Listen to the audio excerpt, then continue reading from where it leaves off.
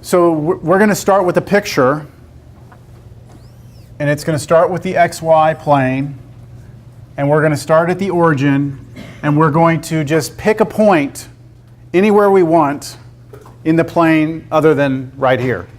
And I'll just stick it right there. There we go. There's some point. Now if we connect these 2 points with the line segment, then we have automatically generated some angle theta, haven't we?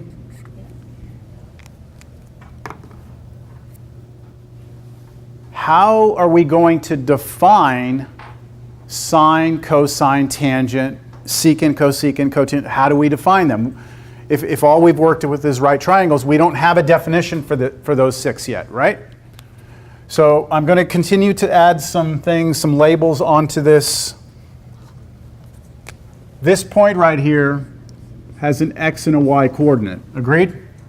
X is how you go left and right, y is up and down. So it has an x and y coordinate. We also have some sort of radius here, don't we? Some distance that goes from here to here. We'll call it r for radius.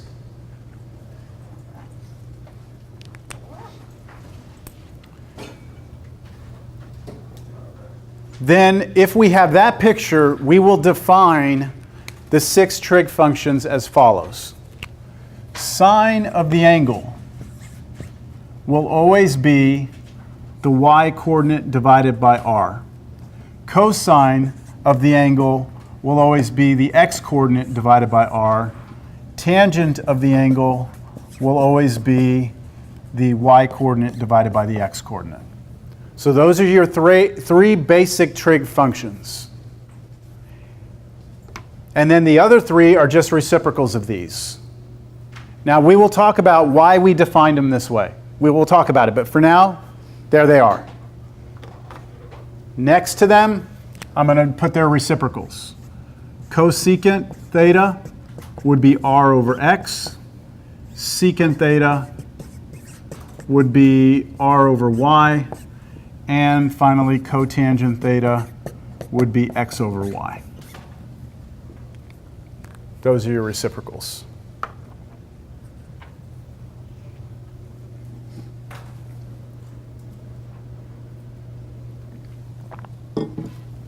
Now let me kind of show you what's happening here. And I think to show you what's happening, I'm going to draw another point on this graph, but I'm going to put it into the first quadrant. Yes? Your cosecant, are they flipped over? Oh yeah, geez. You were like, and you said something. These are obviously wrong. Y, X. Yeah, no, I wasn't trying to confuse you. It's that flipped over, that one flipped over. Actually, while I was writing this, I was thinking, do y'all have a way of remembering that cosecant is the reciprocal of sine? Has anyone come up with like a clever way to remember that these are the reciprocals? No? Or like a clever way to remember that? I don't have a clever way. I have a way, but I don't think it's clever. The way that I remembered it was, well, cotangent, that was easy, I think. I just remembered it. But for these two, the way that I remembered it is that I looked for the one that had the s in the middle. And that one was the one that went with sine. And then the other one just doesn't have an s, so it has to be the cosine one. That's the way I remembered it. But again, I don't know if that helps. Or maybe you could say cosecant starts with c, so the opposite is sine, and then this one starts with s, so the opposite is cosine. I don't know. However, if you find your own way, all right? All right, so I want to try and convince you that this definition of the 6 trig functions does not cause any problems with our right triangle definition. So I'm going to come back over here, and I'm going to draw a different picture over here in the first quadrant as if it was a point. And I'm going to give this an x and a y coordinate. Now understand these are 2 different points, right? Now back from the previous section, we would have looked at this as a right triangle, wouldn't we have? And the distance from here to here would have been what? The distance from here to here. Isn't that the x coordinate of the point? So from here to here is x. And then from here to here would be y, wouldn't it? And then from here to here would have been the hypotenuse, which in this case I'll call r. Then what would sine of theta be? Oh, I didn't put the angle. The angle for this one is theta. So what would sine theta be in that right triangle there in the first quadrant? Sine of theta would be opposite over hypotenuse, right? Which really is y over r. Yes? The y coordinate divided by the radius. What would cosine of this right triangle of that theta be? X over r, which matches up with this definition. And then tangent would be y over x, opposite over adjacent. So do you see that these formulas still match up to everything that we were doing on a right triangle in the first quadrant? So there's no problems here. But what it now allows us to do is go beyond the 90 degree and still have a definition for these. Now, what will happen though once our point lands, let's say, in the second quadrant? If we're in the second quadrant, what can you tell me about sine and cosine? Like, think about what this would be. Which, the sine one? The cosine one was going to have to turn out being negative. The sine will be positive, because over here in this quadrant, this right here is a negative number, and this right here is a positive number, isn't it? Now, what about the radius? That's always positive, no matter where I am. So what I'm doing when I'm in the second quadrant and I'm asking for sine, we're taking a positive number divided by a positive number, so we're going to be positive. But in the cosine, we're going to be taking the negative number, that's the x-coordinate, and dividing it by a positive number, so it'll be negative. And then what about tangent? It'll be a positive over, yeah, we're still in the second quadrant, will be a positive over a negative. Understand? And as we move through a full revolution, things will start to change as we go from quadrant to quadrant in terms of these trig functions. Make sense? Now, in this first quadrant, did we ever have a situation where one of these was negative? No, right? This was positive, because you go out and up, right? So positive, positive, and radius is positive. So in the first quadrant, aren't all the trig functions positive? Yes? So over here, all 6 trig are positive. Right? All 6 trig are positive in the first quadrant.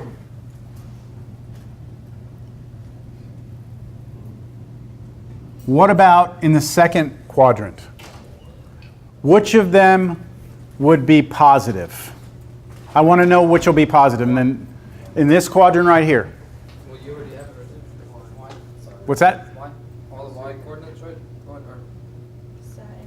Well, sine would be positive, right? Because the y coordinate's positive and this is positive. So sine would be positive. What about this one? That'd be negative, right? Are y'all following me? Okay. That'd be negative. And tangent would also be negative because it's a ratio of a positive and negative.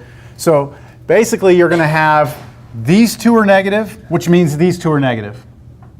This one's positive, which means this one's positive, right? So the only ones that are positive here are sine and cosecant.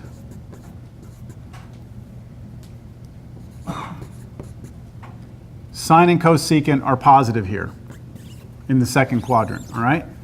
So all 6 are positive here, only sine and cosecant are here, yes? Now what about when we get down into this quadrant? This will be, you're going to be down here, both your x and your y, if we have a point down here, there'll be negative number and negative number, won't they? So that means your y is negative, that's positive. So this will be negative. Negative over positive, that'll be negative. This will be negative over negative. That'll be positive. So the only ones that are positive in the third quadrant are tangent and cotangent, right? So in terms of positive ones, tangent, I'm just going to put tan and CO2 instead of writing the actual name like sine and cosecant. Tan, cotangent are the only ones that are positive there. And then what about in the fourth and final quadrant? What do we have? Which ones are positive? Positive, y is negative. Cosine and secant? Agreed? Okay. Now, there is a little clever little thing that we use that we can remember this with, and that way you don't have to like think through them all again. And I'll tell you just right off the bat, I don't like this, but students will be like, "Hey, someone show me this," and I'll be like, "Yeah, I know," and then everyone's like, "Why didn't you show us that?" The reason I don't like it is because it doesn't make you think about what's happening. It doesn't make you think about where you are and which coordinate is positive and negative. All you do is just go off of some little cute little acronym to help you remember. So there's no thought behind it. But I'll still show it to you. So this is the thing. You start the first quadrant and you say all students take calculus. All students take calculus. Got it? Kind of like north, south, east, west. What was that little thing for north, south, east, west? Never eat soggy waffles. I've heard all sorts of different ones. Never eat shredded wheat. That's the one I learned way back, I guess. Anyway, this is kind of like one of those things. All students take calculus. All students take calculus. So what does it mean? What is this thing helping us remember? Well, I'll tell you this. It only is referring to these three. You have to understand that it's hoping that you understand that if this is positive, then that's got to be positive. And if this is positive, that's got to be positive. Or if this is negative, that's got to be negative. So it's not taking into account the reciprocals. So it says, look, all the trig functions are positive here. Just sine is positive here, which means cosecant is also. Just what? Just tangent is positive here, which means cotangent is also. And then just cosine is positive here. So if you like that, good, whatever.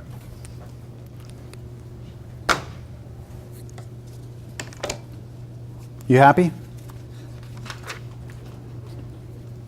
You ready to start finding some values of trig functions at weird angles, at bigger angles now?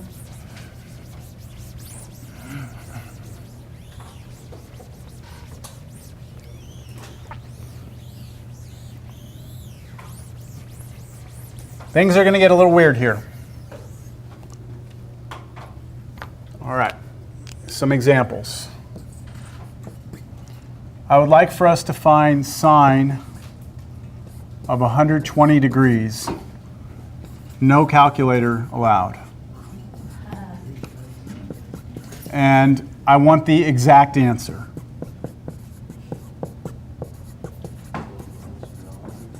Okay, the exact answer. That means that your calculator wouldn't be valid here anyway, because exact answer means no decimal. What's that?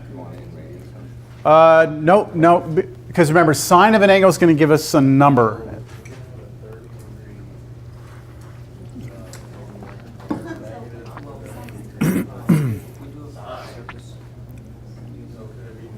Okay, now this is going to be a little bit tricky, all right? This is going to be a tricky problem. Let me show you our approach, okay? So we need to know where 120 is, right? We need to know where 120 is. It's over here, second quadrant. And this is 90, so it's 30 degrees past that, isn't it? All right, and I'm going to stop this and I'm going to put a point here. I really want you to think through this. The angle we're looking at right now is this angle right here. That's 120 degrees. I would like to know sine of that. I have not given you the radius of that point, have I? Because I just drew it out of nowhere, didn't I? That means I could have drawn that here, or I could have drawn that point up here, right? And that would have been the same angle. So I'm actually free to choose that radius however I want at this point. And we should all get the same answer. Does that make sense? Yeah. So why don't we make that a radius 1 just out of convenience, because 1 is a nice number to work with. So can we just label this as 1? Follow me still? All right. Now, this first example is just to get us thinking, all right? We're going to have a more efficient way of going through this. But I just want you to start thinking about the new definitions.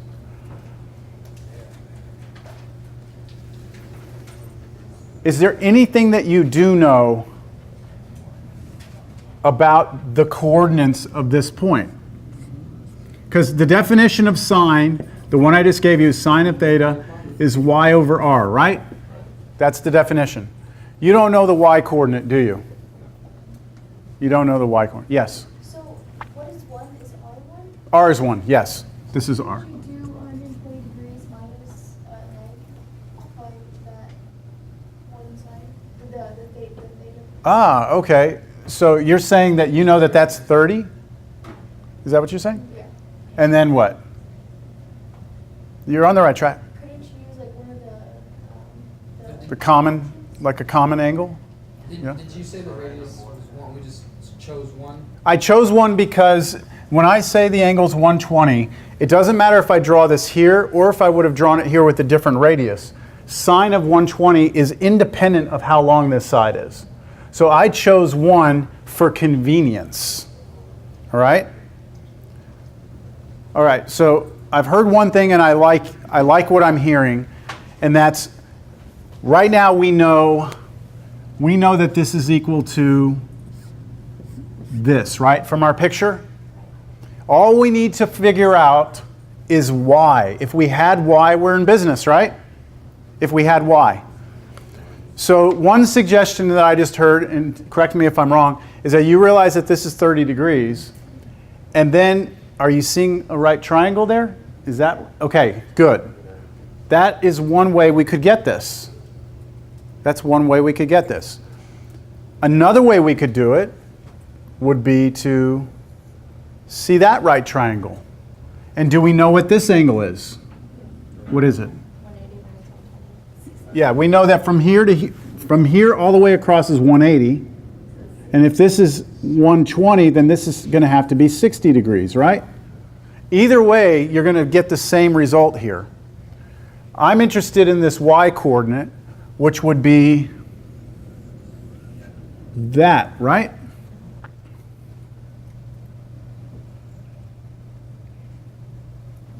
So let me draw that triangle here for you again. This is 1, this is 60, and I'm interested in y. And you should be able to do that. We did that, that's what we started class with, right? So what's the trig thing that I will use here? What's the thing I write down here?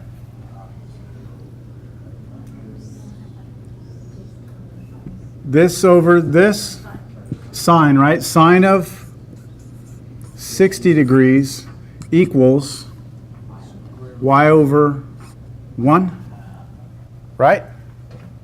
You following me from this picture? And then what is sine of 60 degrees? Now this is where you can't use your calculator. That's root 3 over 2. That's root 3 over 2. And y over 1 is just y. Does this make sense? Are you sure? Yes? How did we get root 3 over 2? That was from last class. You have to memorize the trig functions at 30, 60, and 45. Oh, that's right. Right? Okay, we good? So that should be the answer. That should be it. The y coordinate, root 3 over 2. But this is somewhat strange, because what this said is that for me to figure out what sine of 120 was, I actually just looked at what sine of 60 was. Right? That's what that's saying? And that's odd. I wonder if this always works. So what if I come up here and I change the problem a little bit, and I say cosine of 120? Take cosine of 60. So can I just use the same approach draw my little triangle, right? Which would be the same triangle, right? And then call this side x, because this time we would want the x, right? Cosine of theta is x over r, but r is 1, so it's just x. So I just need the x coordinate. Do you follow? I'm doing the exact same thing. And then if I did this and came down, I would write cosine of 60 degrees equals x. And then you do cosine of 60. You have that memorized. That's 1/2. That's the half. Okay, let me write this down first. This is a half, right? So you would say half. But what's wrong with this? It's in quadrant 2. You're in quadrant 2. And if you're in quadrant 2, your x coordinate has to be negative, right? So you cannot say that the answer is 1/2. You would have to say it's negative 1/2. But we were still able to use the common angle of 60 to get this. Do y'all see that? We just at the end had to make sure that the actual positive or negative was correct. And this is very nice because this allows us to figure out the trig functions around the circle at common angles using just 30, 60, 45. If we know those, we can get all the others around the circle. But we have to pay attention to what quadrant we're in. So the answer to this is root 3 over 2. Now that one was okay. Why was the sine one okay? It was the y coordinate, and if we're in the second quadrant, y is positive. But here, this would have been negative 1/2. Clear or not? We're going to do another problem right now, and I'm going to see if you really get this or not. Same thing, no calculator. I want you to do sine of 7 pi over 6 and cosine of 7 pi over 6.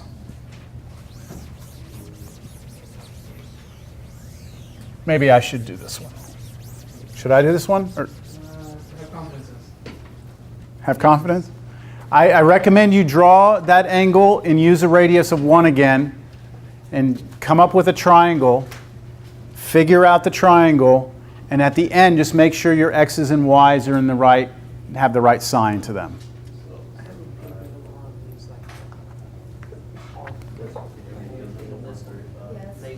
Yeah, the unit circle, or To remember the like there was a big like I have a big square paper. I think it's in one of my other folders at home, but it's a big square paper and has all the different like what sine is, all the different I guess, yeah, the radians and stuff. yeah. It has all that. We're gonna get to something like that, and I'm gonna try and help you learn it without needing that paper, but when we get to it. That's what I want to get at. 'Cause Yeah. right now, that's it. Yeah. So everyone needs to know where they are, like where that angle is.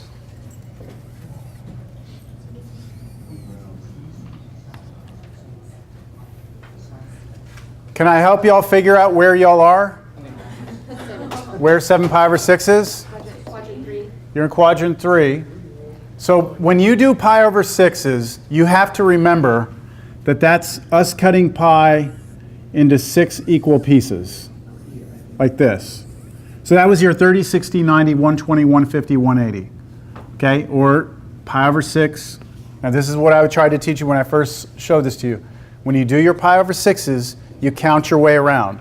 So 1 of them, 2 of them, 3 of them, 4 of them, 5 of them, 6 of them, 7 of them. That's where we are.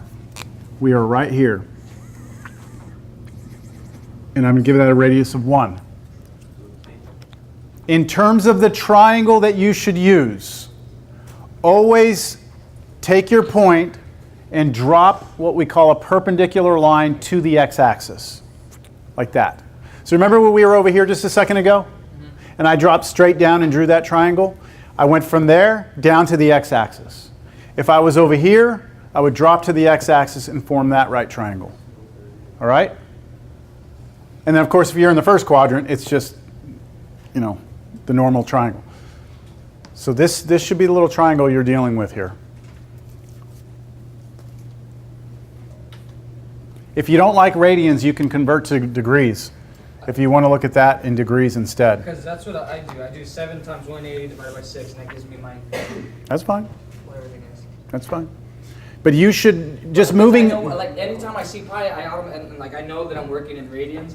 I kind of figure out. I know what the degree is because I've seen it so many times off the unit circle. 2 pi is 360. Pi is 180. Yeah. And you just do the math. I think whatever's more comfortable for you now, go with that. But just be on notice, I guess, that you've got to be comfortable to work with radians as you progress.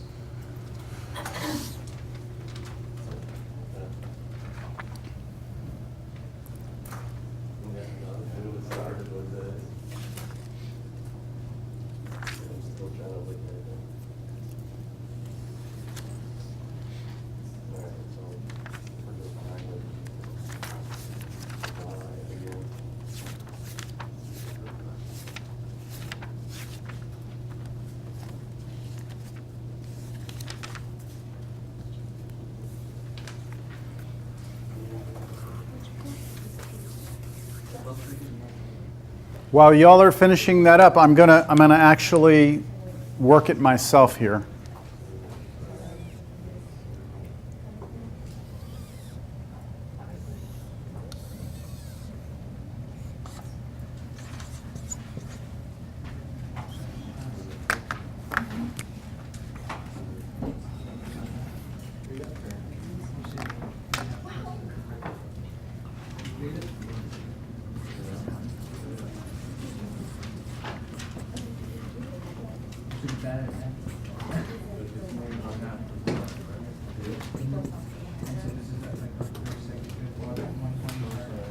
That's our 120.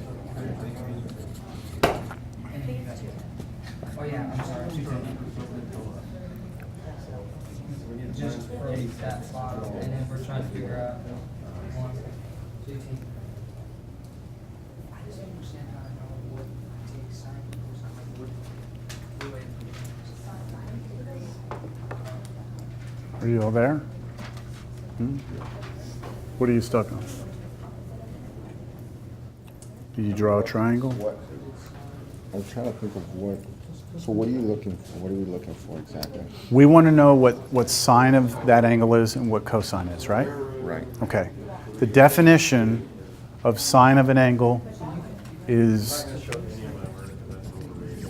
y over r, right? Okay. So when we draw this, we know the angle, right? 7 pi over 6. We're going to pick a radius of 1 to make things convenient. When I do that and draw a triangle, I'm going to get this picture, right? Now, I labeled this x and y because think about that point. This is your x, this is your y, right? So I labeled that x, then y. Now, I put 30 in here. Now, I did 30 because obviously it's 30 more. Now, I know things about 30 degrees because it's one of my common angles. I know that sine of 30 is 1/2. But I'm going to write this down. Sine of 30 off this triangle is opposite over hypotenuse. Now it's upside down, right? But it's opposite over hypotenuse. So I write that. Sine of 30 is opposite over hypotenuse. And then sine of 30 is 1/2. And I don't know why I put frickin' x there. Y. Sorry. That's y. Right? Yep. This y over 1 is y. So that's what y is, right? So this y is 1/2. Yes? Half a unit, whatever. If this is 1, this is 1/2. Here's the key, though. That's not the answer. Because, remember, sine of this was y over r. I said that y was 1/2. It's got to be negative. And the reason it's got to be negative is because of which quadrant I'm in. That's right. And I'm using 30 here to get me the number. But I'm not using 30 as a final answer.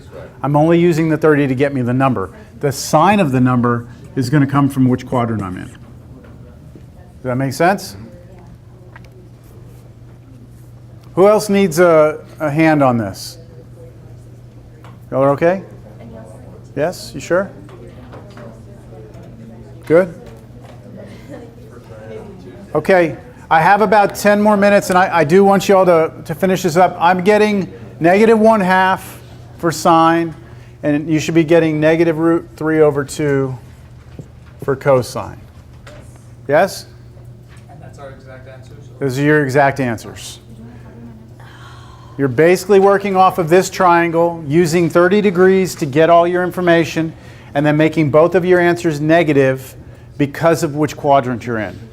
Now you see this triangle right here that we've been drawing in the last two examples. You could refer to that as a reference triangle. It's a triangle that you are using you're referring to it for your answer, but it is not providing you the actual solution. It's because this triangle does not account for which quadrant you're in. At the end, you have to account for the quadrant by looking at where you were. That make sense? Okay, I have one more example that we need to do before we call it a day. And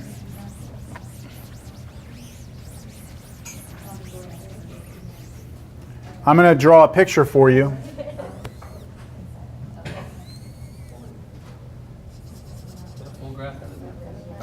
Yeah, but I'm only labeling one point here. 5, -8. All right, you see that point right there? 5, -8. If you connected a line from the origin to that point, a segment there, it would form an angle that would go from our standard angle all the way around, and we're going to call this angle theta. Okay? I would like to know what sine of theta is. I would also like to know what cosine of theta is, and shoot, while we're at it, let's get tangent theta.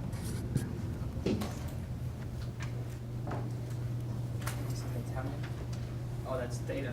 Theta, yeah, this is theta right here. Theta is all the way around. So this is not theta. This angle right here is not theta. Theta goes all the way around.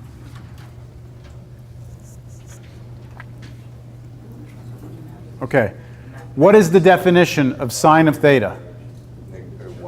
Y over r, right? Y over r? What is the definition of cosine theta? X over r. What is the definition of tangent theta? Y over x.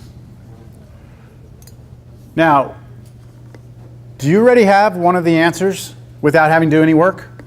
Which one? Tangent.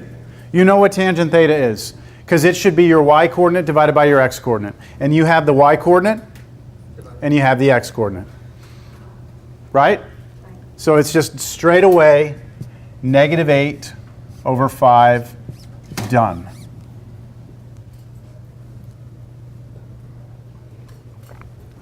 Let me point out, this problem is very different than the last two problems I gave you. The last two problems, I just gave you an angle and asked you for the sine and cosine, right? This time I'm giving you a point and asking you for the sine of the angle that is formed by that point. Very different problems. Do y'all see the difference? Last problem, I give you the angle, we drew the point, we fixed the radius at 1 to make our lives easy. Here, I'm giving you the point, you can't fix the radius at 1 now. It's chosen for you. Well, you can use tangent to get cotangent, but you can't use tangent to get the other two. You still need to figure out what sine is. You need the y coordinate divided by what? The radius. The radius is just the distance from here to here, right? We can get that, can't we?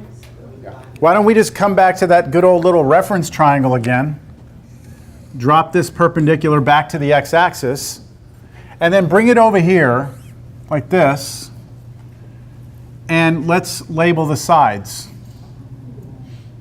This is r, right? So what's this side? 5. And what's this side? -8. Now, it's -8 because it's negative there, but in terms of a triangle, I could put 8 here. Why does it not matter if I use 8 or -8? The distance is the same, right? Plus, in the Pythagorean identity, you're going to do what? This squared plus this squared. So if it was -8, it won't matter. So I'm just going to put 8 here. Now, let's do our Pythagorean. It's 5 squared plus 8 squared is r squared. So you get 25 plus 64 equals r squared. And this is 89? 89 is r squared. So r is root 89. I never took the root. Root 89.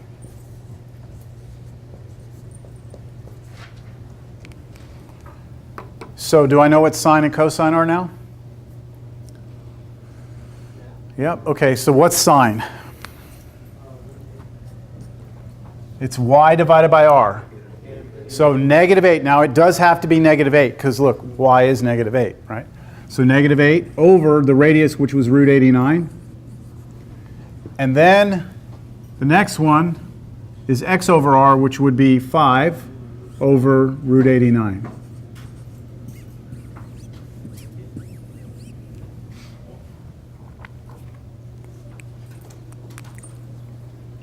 Two minutes.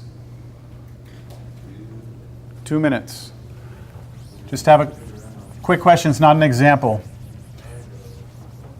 If sine of theta is greater than 0 and tangent theta is less than 0, which quadrant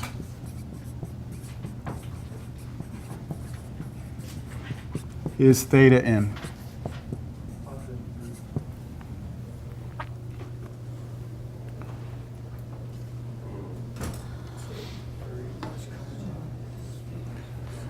So this is, remember I was saying that little all students take calculus is cute, but I don't really like it? This is exactly kind of why I don't like it. Because if you start thinking all students take calculus, that's great, but I don't know. I just like the idea of thinking about sine as being connected to the y coordinate, right? Sine, the sine, plus or minus, the sine on sine is dictated by the y coordinate, right? Because r is always positive. The sine on the cosine function is dictated by the x coordinate, right? So if I say that sine is greater than 0, that means the y coordinate is what? Positive. So I must be up here, right? So I can eliminate these two quadrants as being possibility. It's going to be on the table. Then tangent, which is the ratio of y and x, which means that one of them has to be negative. And the only places that tangent can be negative, that eliminated that. Where's the only place tangent can be negative? It's got to be either here, right, or here. Those are the only places that tangent can be negative. Because over here, x is negative, y is positive. Over here, x is positive, y is negative. And so it's got to be one of these two for this, right? But I've already eliminated this one. So it has to be this one. So we have to be here in the second quadrant. Hope that makes sense. Everybody have a good weekend. Please take advantage of this Super Bowl weekend to study, get caught up on your homework. Yes. Everybody, I'll take attendance off of the quiz. If you weren't here, then if you didn't turn it in, then you won't be counted as being here, but I can still count you. Did you want me to standard form both? I'm not sure which one you wanted. Either one. This is the easier one. That'll be fine. And then you wanted, did you want? Decimals is fine. Okay. Yep, that'll work. So you said that you needed the quiz back, but I just wanted to verify that you still have mine from the day I missed. I never got it back. Let's see. That's me. Right there? Okay. Yes, I do. Okay. Yep. Another question instead of Friday. You said you have office hours after class Tuesday at 12:40. Okay, I'm gonna come Do then that. so that I have my notes Sure. with me. And Sounds good. Okay. My thing is like I have school all day, but I have like big breaks in between the classes. Like I have from 8 to 9 for chemistry, and then I have a big break from 9 to now, and then I got another big break until 6. And then I got class at 8. I mean, I'm usually down to the Oh, no.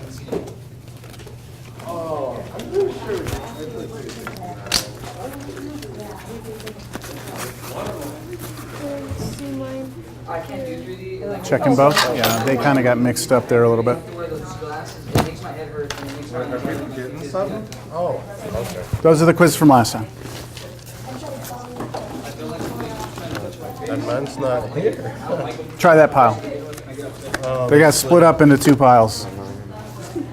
Oh, I'm still recording. Let me kill that camera. Oh, sorry. Oh, you're okay. I thought you were headed out. Try and kill this off.